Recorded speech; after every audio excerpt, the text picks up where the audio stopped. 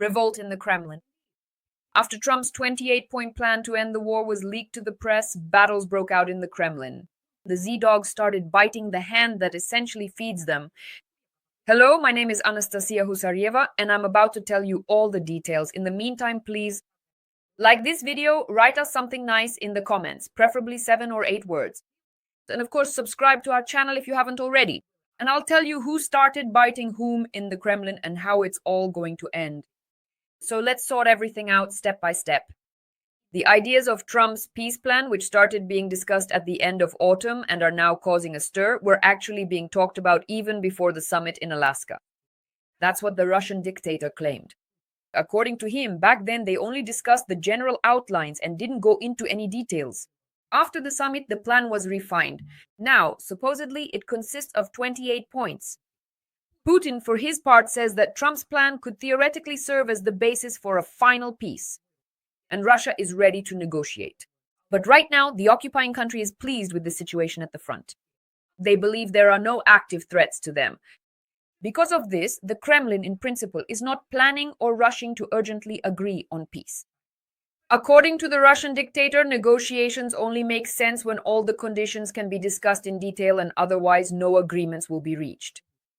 According to President Vladimir Putin, the recent pause from the United States after the events in Alaska is, in his view, due to Ukraine not agreeing to the proposed terms.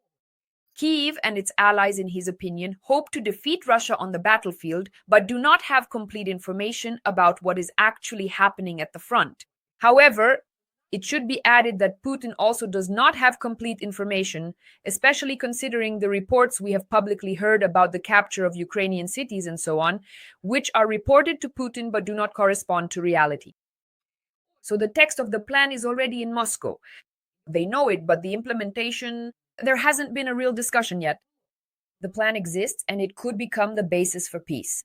But for now, it's just a document, not a decision. In Russia, there is a powerful group of politicians and military figures known as hawks. These are supporters of the toughest possible line, who reject any compromises and demand war until Russia achieves complete victory.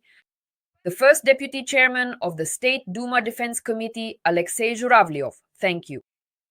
He directly called Trump's plan a provocation that cannot end the war. In his opinion, the only path to peace is unequivocally Russia's victory on the front and Ukraine's capitulation. Any other outcome will only postpone further confrontation. Zhuravlyov explains that the essence of the American approach is to keep Ukraine as a tool to contain Russia.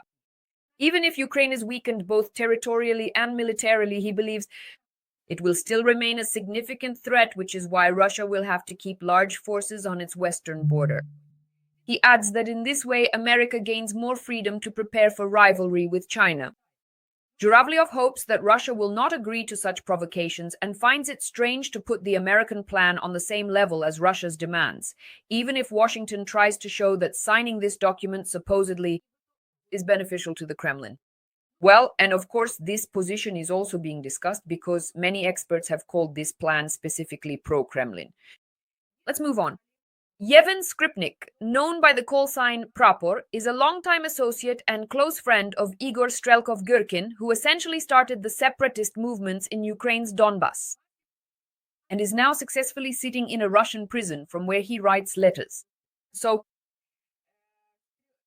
this very friend of Strelkov, also known as Gherkin, who was once an FSB officer, one of those who organized the hostilities in Donbas in 2014, the first defense minister of the self-proclaimed DNR, he openly admitted that he personally made many decisions, including triggering the mechanism of war. Today, Gherkin is sitting in a pre-trial detention center, as I mentioned, for criticizing Putin. And what about him? His supporters continue to back the Russian troops at the front. It was to this very audience that Skripnik addressed himself. To those who, as he says, have been walking alongside him and Strelkov for more than 10 years now. Skripnik tries to emphasize that the survival of Russian units at the front largely depends on volunteer support. He even publishes a list of the most essential items. These include drones. He posts photos like these on his page. On his Telegram channel, warm clothing. Take a look at how all of this looks and various systems needed at the front, tires, electronic warfare equipment, vehicles, and so on. And the irony of this situation is that this so-called second army of the world is actually forced to survive thanks to volunteers who try to fill the obvious gaps in supplies. They're like the homeless gathering all the essentials with their own hands. Overall, his address is a signal to those very hawks, the radically minded supporters of Strelkov-Gherkin. They don't believe in negotiations and are convinced that the war will last a long time. Another radical pro-Kremlin voice joins this banner, the military expert Vlad Shlepchenko. He considers Trump's plan to be a con game. With a double bottom, he claims the document deliberately puts Russia in front of a frozen conflict and Zelensky in a position where he must choose between retaining power and his personal safety. According to this pro-Kremlin military expert, the Americans are trying to take Ukraine off the hook of war while simultaneously presenting what appears to be a compromise option for Russia, whereas in reality, Kyiv is being given time to strengthen its army. Again, he claims that nothing is forcing the Kremlin to urgently agree to negotiations or to Ukraine's capitulation. The occupying country does not need a formal victory. What matters to it is that Ukraine ceases to exist in its current form. And this is a fact that we must clearly understand. Another military expert from hostile media, Oleksiy Leonkov, believes that the document partially takes Russian interests into account, but overall it is unacceptable for Russia. In particular, it concerns territories which, according to the peace plan, Crimea, Donetsk, and Luhansk regions are de facto recognized as Russian. And the Kherson and Zaporizhzhia regions are proposed to be frozen. This means that the front line in these regions will no longer change by force and no active combat operations will be conducted. The territories remain under the control of the forces that actually hold them. And there is still no final political resolution. And in the Donetsk region, the lands being liberated by the armed forces of Ukraine are proposed to be turned into a demilitarized so-called buffer zone. Under the control, of course, of Russia. That is, Ukrainian troops cannot be present in this territory and security control is exercised by Russia, which is in fact the very party that violated this security. Essentially, this creates a kind of buffer between the sides to reduce the risk of direct confrontation and to maintain a temporary order along the front line. Such frozen areas and demilitarized buffer zones become tools for stabilizing the front and providing time and space for the further establishment of the so-called Russian world. Another detail, Russia is supposedly giving up some of the territories it controls outside the 5 main regions. We are talking about parts of the Kharkiv, Sumy, and Dnipropetrovsk regions. At the same time, both sides commit not to change the borders by force. That is, not to attempt to seize new territories by military means. Meanwhile, another correspondent from enemy media, Alexander Kots. I'm certain that Ukraine has already officially rejected the key points of this plan, and Putin has made it clear that Russia is not interested in freezing the front, a truce, or a ceasefire. He explains that while other countries are discussing the plan, the Russian army continues to allegedly liberate Ukrainian cities, and the people expect the fulfillment of the entire special military operation, as they call the war in Ukraine, with objectives set back in 2022. And here we need to clearly understand what the Kremlin's true intentions are and that they have no desire for peace at all. The Kremlin and the Russian Ministry of Foreign Affairs quickly responded to rumors about an alleged joint plan between America and Russia to end the war. In Ukraine, Russian Foreign Ministry spokesperson Maria Zakharova stated that her agency had not received any official proposals from the U.S. State Department. She noted that if such initiatives did exist, they should only be communicated through formal diplomatic channels, as is customary between states, and not through rumors or media leaks. Putin's press secretary, Peskov, added even more intrigue. According to him, there is absolutely no new information about negotiations with the U.S. regarding ending the war. He also emphasized that there has not yet been any real work on the document from the Kremlin side. In other words, the Kremlin is now trying to emphasize one thing. The document exists, it is known, people are aware of it. People may agree or disagree with this, but at present, no serious negotiations are taking place yet. And so far, neither the Russian side nor the American side nor both sides together have actually sat down at the table to begin working on this document. So it turns out that the plan was developed without their participation, that is, without Russia. And this means that a tense internal dynamic has emerged in the Kremlin. Some officials are aware of the initiative, while others are not. And this adds a certain tension within the Kremlin's towers. So we can assume that this 28-point plan was written by those currently responsible for the Kremlin's economy and possibly diplomacy. Specifically, this refers to Putin's negotiator and the director of the Russian Direct Investment Fund, Kirill Dmitriev, better known as SPAT, Putin's representative and billionaire businessman, as well as Trump's close friend Steve Witkoff, whom we know quite a bit about. Dmitriev is responsible for the Kremlin's financial and economic projects, international investments, strategic economic initiatives. He could work out the economic and financial parts of the plan that concern frozen assets, investments, cooperation with the US and Europe. Witkoff, for his part, he is a specialist in foreign policy and diplomatic affairs who coordinates negotiation processes and formulates the Kremlin's positions for international communications. It is precisely their involvement in drafting the document that explains why Peskov and Zakharova might have been left out of the loop, as well as why the plan is clearly still causing controversy among the Kremlin's hawks. The Kremlin's ideologue, essentially the person who advocates for the destruction of Ukraine, the spiritual mentor of the Russian dictator Putin, Dugin, believes that right now Putin might fall for the show being staged by Donald Trump. According to Putin's spiritual mentor, the West is trying to highlight the contradictions between Trump's position on one side and those of Zelensky and the European Union on the other. The goal of this performance is to stop the Russian offensive at any cost and freeze the front line. But in reality, according to Dugin, all Western countries are afraid of Russian successes and want to stop them quickly. However, there are actually no successes, and that's also important to understand. The Kremlin's ideologue says that the peace plans, supposedly without the participation of the European Union, are actually being developed together with the Europeans and contain points that Russia will never accept. In his opinion, the West wants to give Ukraine time to strengthen itself and prepare for war in this way. He also emphasizes Putin's view that for the first time in a long while, Russia is achieving real successes on the front, and therefore there is no need to rush into negotiations.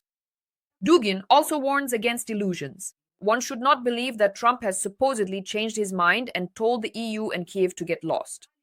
According to him, this is a calculated, cynical reaction to Russia's not yet complete but already tangible successes, as they like to congratulate themselves in Russia. Dugin's conclusion is very simple. Russia must liberate all of Ukraine and establish itself in Kiev. Without this, the Russian world will never exist. However, as analysts say, at the current rate and pace of advancement on the front lines, it would take Russia not just decades, but in some cases even centuries to reach Kiev. Moreover, we've already heard these tales about taking Kiev in 3 days. We've already seen how that turned out. Kremlin political analyst Yuri Baranchik, whom you can also see on your screens right now, views the so-called Trump peace plan, which is being discussed in Moscow, Washington, and Kyiv with a certain degree of skepticism. One of the points of the peace plan stipulates that Ukraine enshrines in its constitution that it will not join NATO, and NATO in turn commits to not accepting Ukraine into its ranks in the future. NATO does not deploy its troops on Ukrainian territory, only sends its aircraft to Poland. A dialogue is established between the US and America. A US-Russian working group on security issues is created by NATO and Russia. Russia officially commits not to attack Ukraine or Europe. The number of Ukraine's armed forces is limited to 600,000. And this very political scientist ideologue notes that this is twice as much as before the war began, when the army numbered about 300,000 people, and now it's approximately 850,000. That is why the issue of demilitarization remains unresolved for the pro-Kremlin political scientist. Another part of the plan regarding international relations proposes the gradual lifting of sanctions and Russia's return to the G8, as well as the development of long-term economic cooperation between America and Russia. This political scientist, of course, views this positively. After all, these changes allow Russia to reindustrialize its economy, gain access to technologies in IT, biotech, and artificial intelligence, and at the same time partially reduce its dependence on China. Regarding energy, the plan envisions restarting the Zaporizhzhia nuclear power plant under IAEA supervision, with the electricity produced there to be split 50-50 between Ukraine and Russia.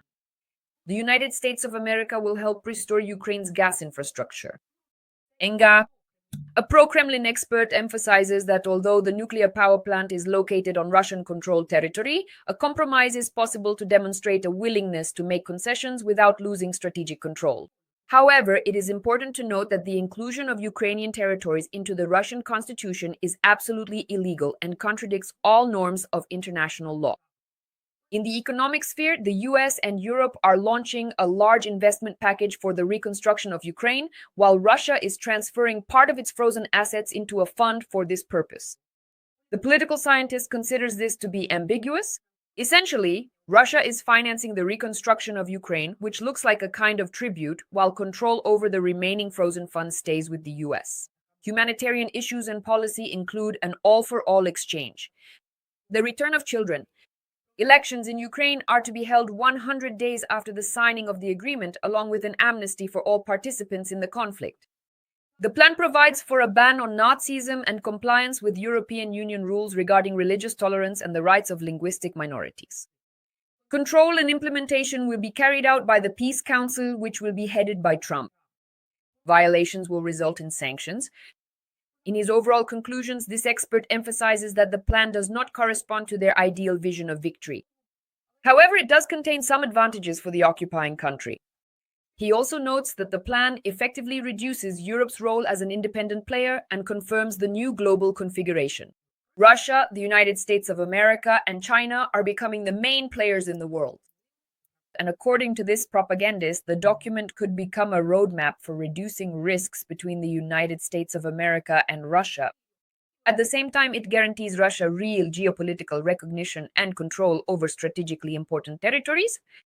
Demilitarized buffer zones and frozen areas become tools for stabilizing the front line and a way to gain time and space for further formation of the so-called Russian world. As a result, this Trump plan has already caused more commotion in Russia than in Washington or Kiev. The Kremlin is silent, the hawks are angry, and the propagandists don't know how to present a document that simultaneously looks like their victory and like a hidden capitulation. There is still no official response from Moscow. This is currently the biggest intrigue, because for the first time since the war began, Putin will have to resolve not only a military issue, but also a diplomatic one. And the problem of internal dissent among his own radicals. Will the Kremlin dare to accept a plan that is already practically tearing it apart from within? This is the question that now has to be resolved. But most importantly, will Europeans, together with Ukraine, be able to change the points of this plan in such a way that it definitely does not play into the hands of the Russian dictator Putin, so that Russian war criminals cannot escape punishment and Ukraine's sovereignty remains unshakable? And, as our president said, the coming weeks will be very difficult for us. Remember this, unite around Ukraine, take care of yourselves, and wash your hands with soap. See you!